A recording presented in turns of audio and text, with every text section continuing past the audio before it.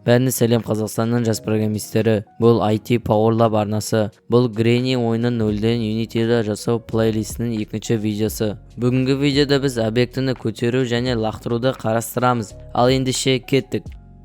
Алдымен Google'ға кіріп Granny 3D Model Waste деп жазып, үшінші тұрған сайтқа кіреміз. Сайтқа кіргеннен кейін Download 3D Model дегенді басамыз.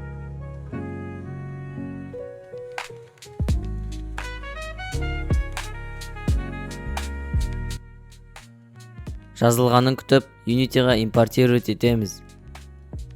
Енді вазаның префабын сценаға шығарамыз. Содан кейін оның көлемін кішіретеміз.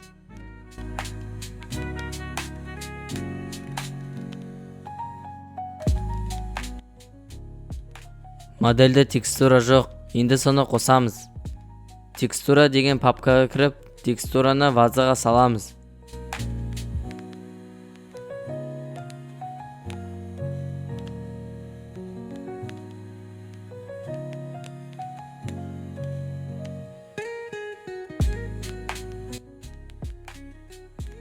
Енді оған Mesh Collider мен Rigid Body қосайық.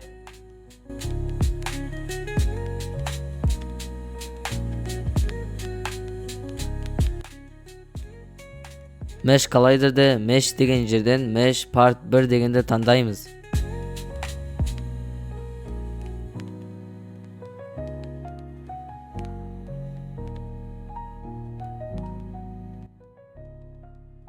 Convex деген жерден галочканы қоямыз. Ал енді Rigid Body'да Mesh деген жерден 30 дейміз.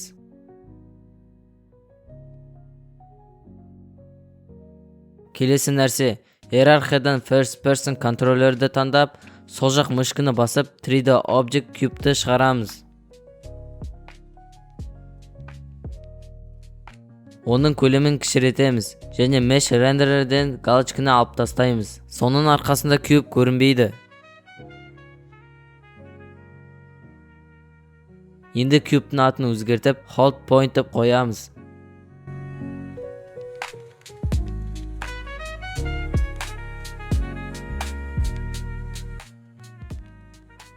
Hold Point-ға Position-ға X 1.942, Y 1.286, Z 1.428 деген мағына береміз.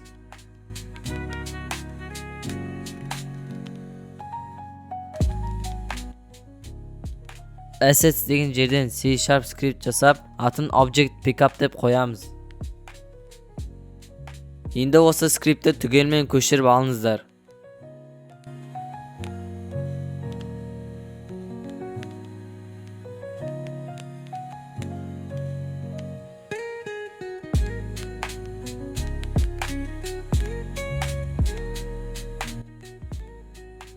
Скриптті FPS контроллерге саламыз.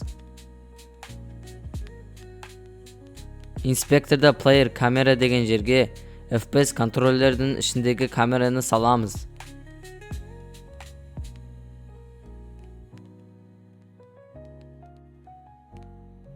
Hold Point деген жерге Hold Point-ті саламыз. Waste дегенді таңдап, инспекторда Tag дегенді басып, әрі қарай Add Tag, Text деген жерден плюсті басып, Pick Up деп жазамыз.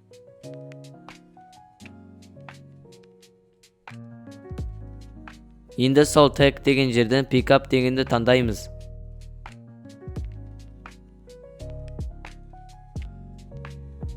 Енді ойында қосып тексеріп көрейік. Бәрі керемет жұмыс жасап тұр. Көтеру үшін ені басамыз, лақтыру үшін Q-ді басамыз.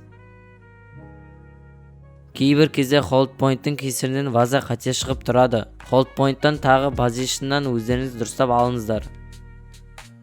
Осымен видео аяқталды. Видеоны аса лайк басып арнаны тіркеп кетіңіздер. Келесі видеода көріскенше.